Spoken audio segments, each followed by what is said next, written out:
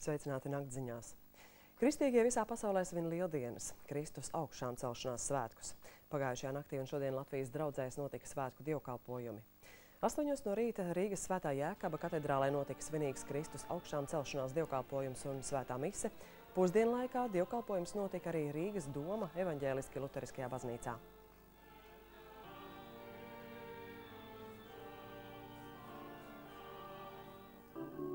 Novēlētu prieku un mīlestību, lai mīlestība atjaunojās uz ģimenēs, starp cilvēkiem, starp tautām, mīlestība un lepnums par savu zemi, par savu tautu, par savu valsti. Es priecājos, ka mums ir šoreiz Lieldienas visiem kristiešiem ir kopā. Jācenšas cilvēkiem,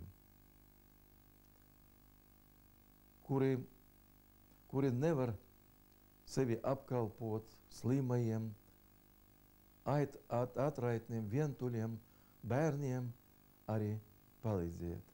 Atnest viņiem šo vēsti, bet arī materiāla ziņa palīdziet vienkāršiem cilvēkiem. Ticīgos pirmajās Lieldienās apsveic arī Romas katoļu baznīcas Rīgas arhibīskaps metropolits Zbigņevs Stavinkevičs. Šajās Lieldienās viņš aicina brālīgu mīlestību izjust pret katru, ko Dievs ir nolicis cilvēku ceļā. Augšām celtā Kristus spēkā mēs varam mīlēt viens otru, kalpot viens otram, stiprināt un atbalstīt viens otru, neraugoties uz to, kas bijis pagātnē. Tā arhibīskaps Stavinkevičs. Vairākās vietās Rīgā bija iespēja Lieldienas svinēt īsti latviskā garā. Notika olu kaujas, šūpošanās un dejas. Svētku pasākumi pulcēja daudzus. Svinības Mežaparkā vēroja arī mūsu filmēšanas grupa. Turpinās Lieldienas Mežaparkā. Līdz olu parādē un kaujai palikušas vien 10 minūtes. Maziem un lieliem meistariem ir pēdējais brīdis, lai pabeigtu krāsot olas un gatavoties sacensībām. Katrs vēlās, lai tieši viņa krāsotās olas būtu vismukākās un krāšņākās. Ko tu dari, paģika? Bukēta taisu. Oleņu mēs uztaisījām, tūlīt viņa varīsies. Oleņi jau varās, ja? Jā, oleņi jau varās. Tagad taisam pušķi. Kā jūs krāsojat olas? Ir kaut kādas tradīcijas savas vai?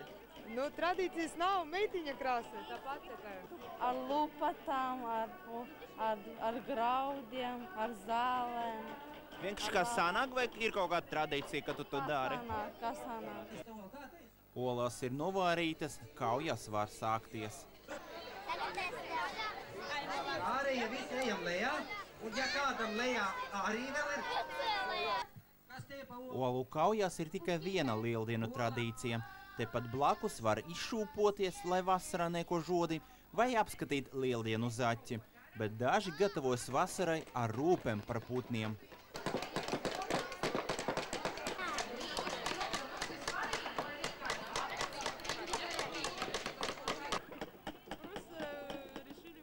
Taisām putnu būrīšus. Daru to pirmo reizi, tāpēc nezinu, kā īsti ir pareizi. Šeit ir arī instrukcija, bet mēs tajā neskatāmies. Gribam paši sataisīt.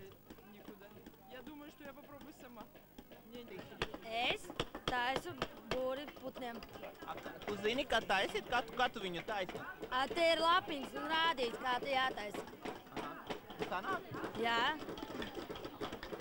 Kur pēc tam liksi to burīti? Nesīs mājās? Mājās nesīšu. Pie mājām ir putni? Jā, ļoti daudz. Lieldienu svinēšanas Mežaparkā notika līdz pat vakaram. Šo iespēju izmantoja vairāki simti ridzinieku un galvaspilsētas viesu. Un visus bez izņēmuma priecēja arī pavasarīgais laiks, jo visu dienu spīdēja saule.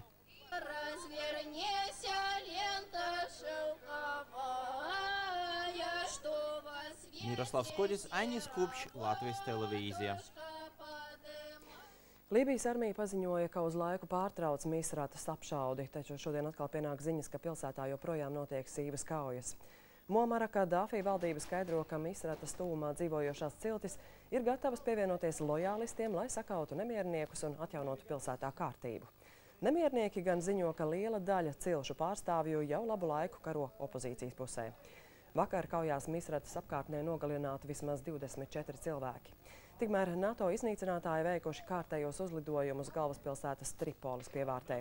Uzlidojumos izmantotas arī Savienoto valstu bezpilota lidmašīnas, kas pilsētas apstākļos spēj darboties precīzāk, tādējādi samazinot civiliedzīvotāju apdraudēšanas risku.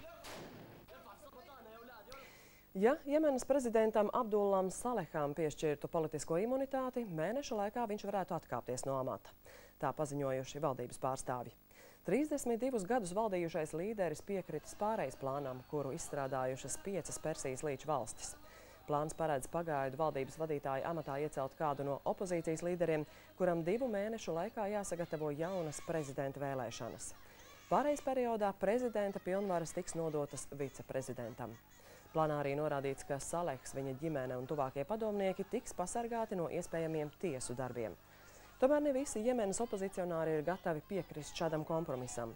Pēdējo nedēļu protestos nogalināti vairāk nekā 120 cilvēku, un daudzi uzskata, ka prezidentam par to jāstājas tiesas priekšā.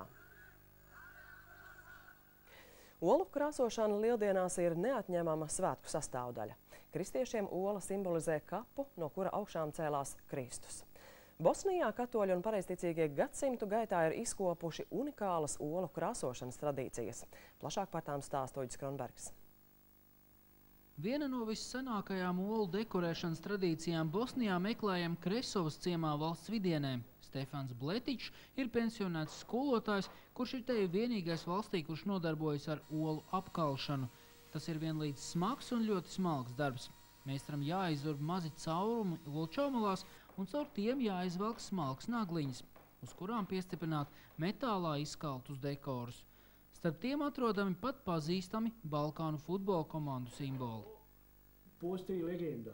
Sena leģenda vēstīja, ka jauni vīrieši Kresovas ciemā nedrīkstēja precēties tik ilgi, kamēr viņi pašu rokām nebūs apkaluši lieldienu olu un to izkāruši pie loga.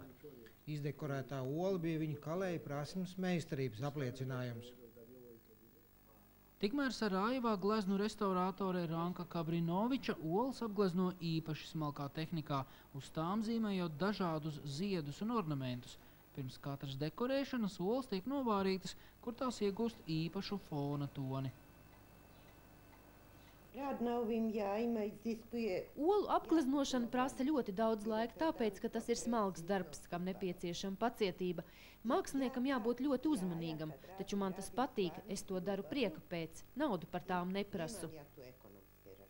Mākslinieci stāsta, ka vairāku stundu garumā apgleznotās olas dāvina saviem draugiem, kuriem jau tagad mājās ir prāvu kolekcija ar viņas gatavotajiem lieldienu šedevriem. Uģis Kronbergs, Latvijas televīzija.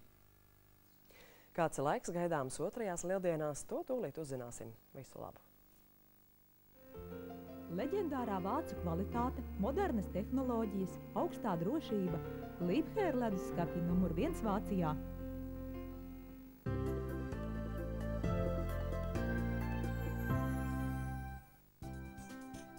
Labvakar!